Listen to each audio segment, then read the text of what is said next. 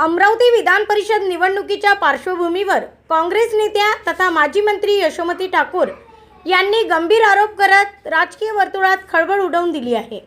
काँग्रेसचे उमेदवार हर्षदीप देशमुख यांनी ऐन निवडणुकीच्या तोंडावर 15 ते 20 कोटी रुपये घेतल्याची चर्चा असून संपूर्ण प्रकरण मॅनेज असल्याचा संशय त्यांनी व्यक्त केला। हर्षदीप देशमुख हे सध्या नागपूरमधील एका खाजगी रुग्णालयातील अतिदक्षता विभागात ICU उपचार घेत असल्याची माहिती आहे। मात्र ICU मध्ये दाखल असतानाही ते माध्यमांशी संवाद साधत असल्याने या संपूर्ण प्रकरणाबाबत अनेक प्रश्न उपस्थित होत असल्याचे यशोमती ठाकूर यांनी म्हटले आहे। निवडणुकीच्या निर्णायक टप्प्यावर उमेदवाराने माघार घेतल्यासारखी परिस्थिती निर्माण झाली असून त्यासाठी मोठ्या आर्थिक व्यवहार झाल्याचा आरोप ठाकूर यांनी केला। या निवडणुकीत मोठ्या प्रमाणावर घोडेबाजार झाल्याचा दावा करत त्यांनी राज्याचे गृहमंत्री देवेंद्र फडणवीस आणि गृह विभागाच्या भूमिकेवरही प्रश्नचिन्ह उपस्थित केले। कोट्यावधी रुपयांची रोकड आणि आर्थिक देवाणघेवाण होत असल्याचा चर्चांवर प्रशासनाने काय कारवाई केली असा सवालही त्यांनी उपस्थित केला। या संपूर्ण प्रकरणावर काँग्रेस पक्षाची अधिकृत भूमिका काय असेल याबाबत विचारले असता महाराष्ट्र प्रदेश काँग्रेस कमिटीचे अध्यक्ष जे निर्णय घेतील आणि जे निर्देश देतील त्यानुसार पुढील भूमिका ठरविण्यात येईल असे यशोमती ठाकूर यांनी स्पष्ट केले।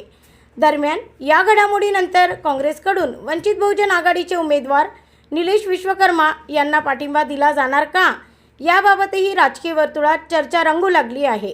ब्युरो रिपोर्ट MB न्यूज महाराष्ट्रातील बातमीपत्र अमरावती। मी बिलकुल हेमंत पाटलांच्या म्हणण्यावर मी दुजोरा देते। खरी गोष्ट आहे, ही निवडणूक जी आहे ही सामान्य कार्यकर्त्याची निवडणूक राहिलेलीच नाही आहे। या निवडणुकीमध्ये काय घोडेबाजार होतो आहे आणि कशा प्रकारे हे लोक करप्शन करतायत, कशा प्रकारे करप्ट सगळी सिस्टम करतायत हे आपण बघतोय। या सगळ्या गोष्टीचा निषेधच या ठिकाणी आम्ही पण करतो। चर्चा पूर्ण राज्यभर होत आहे। हो, तर ICUमधनं जर तो इंटरव्ह्यू देत असेल भाऊ तर काय आपण बोलावं याच्यावर? तो मॅनेज झाल्यासारखाच आहे ना।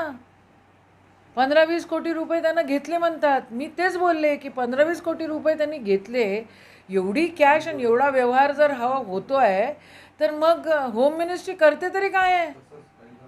नागपुरातच ॲडमिट आहे म्हणते तो, आणि नागपुरातून तो ICUमधनं इंटरव्ह्यू देऊन राहिला म्हणते। चीड येते या सगळ्या गोष्टीची आम्हाला पण। नाही, आता आज तुमच्या सर्वांच्या माध्यमातूनच कळलं की ते कोणत्या तरी खाजगी रुग्णालयामध्ये ॲडमिट आहे, ICUमध्ये आहे आणि ICUमधनं ते इंटरव्ह्यू देऊन राहिलेले आहेत। म्हणजे आता ही चीड येण्यासारखी गोष्ट नाही आहेत का?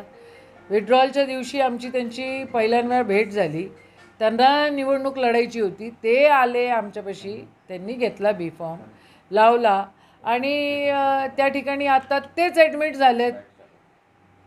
म्हणजे घोडेबाजारे काय आहे हा कारभार? कोट्यवधी रुपयाचा याच्यामध्ये व्यवहार झालेला आहे असंही आम्हाला कळतं आहे। आणि जर इतका कोट्यवधी रुपयांचा जर व्यवहार होतो आणि एवढे कॅश जर इकडची तिकडे आणि तिकडची इकडे होते तर आदरणीय देवेंद्रजी काय करतात?